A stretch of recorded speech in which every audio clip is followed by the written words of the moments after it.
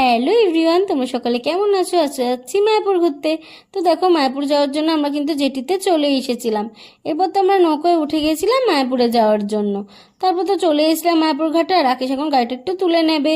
তো তারপর দেখো আমরা মায়াপুরে চলে এসেছিলাম, আর দূর থেকে মায়াপুরটা দেখতে কত সুন্দর লাগছিল। আর রাস্তার দুপাশে না কত সুন্দর সুন্দর দোকানও দিয়েছিল। এখন আমরা মায়াপুরের ভেতরে যাব আর তোমাদেরকে একটু কীর্তন শুনিয়ে নেব।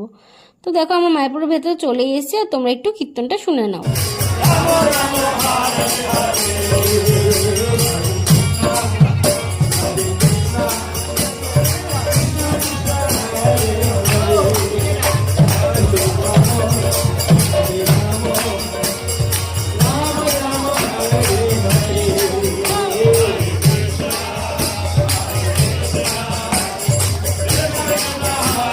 বন্ধুরা, কীর্তন শুনে কিন্তু আমার মনটা পুরো ভরে গেছিল। তোমাদের কেমন লাগলো কীর্তন শুনে অবশ্যই কমেন্টে